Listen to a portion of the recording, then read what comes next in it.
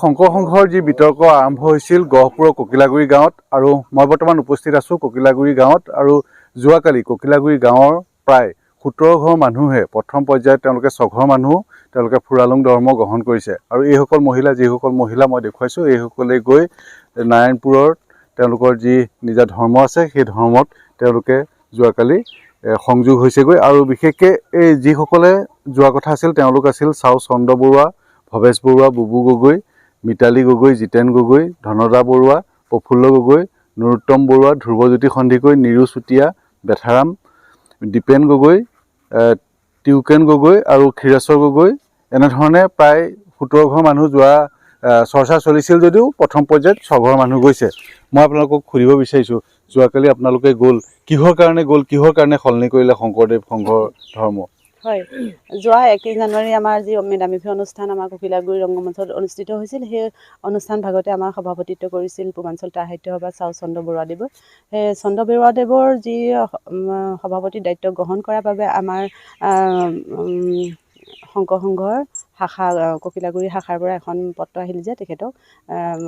সংগীবাপৰ পৰা বহিষ্কাৰ কৰা হৈছে এই সমস্যাটোকে লৈ আমি চিন্তিত হ'লোঁ কাৰণ আমিতো তাত গোটেই গাঁওখনেই উপস্থিত আছিলোঁ অকল এজন মানুহক যে তেনেকৈ বহিষ্কাৰ কৰিব সেই কথাটো লৈ পেলাই আমাৰ মাজত কিছু দুখ আমি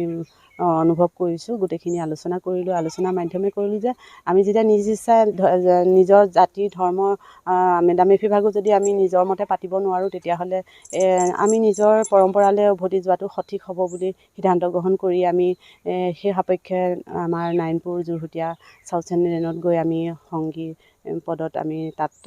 অন্তৰ্ভুক্ত হৈছোঁ প্ৰথমে 6 ঘৰ আৰু আমাৰ এই 17 ঘৰ মানুহৰ ভিতৰত বাকী কি ঘৰ আহিব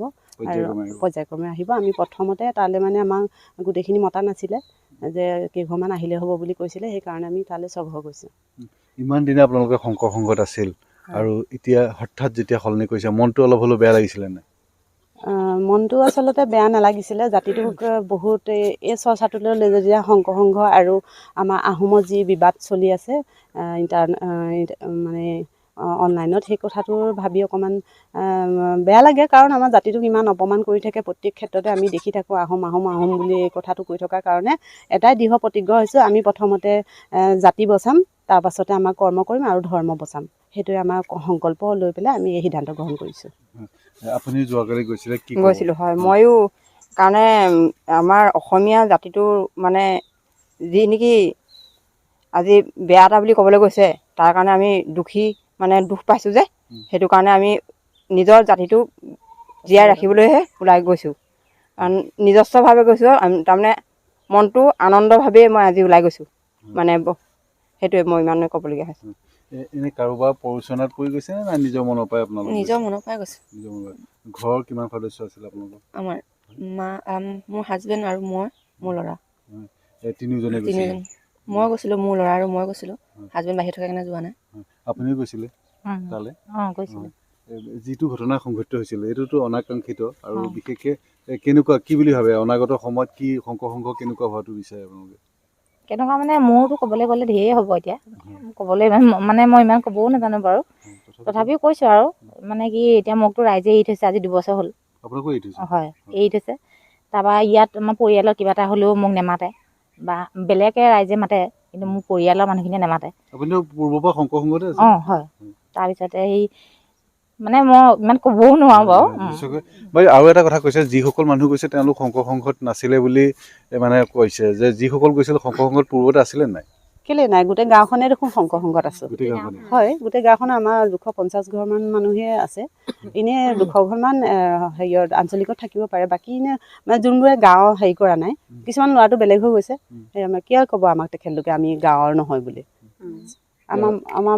মানুহজনক দিয়ক তেখেতে ক'ব আপুনিও গৈছিলে বাইদেউ কালি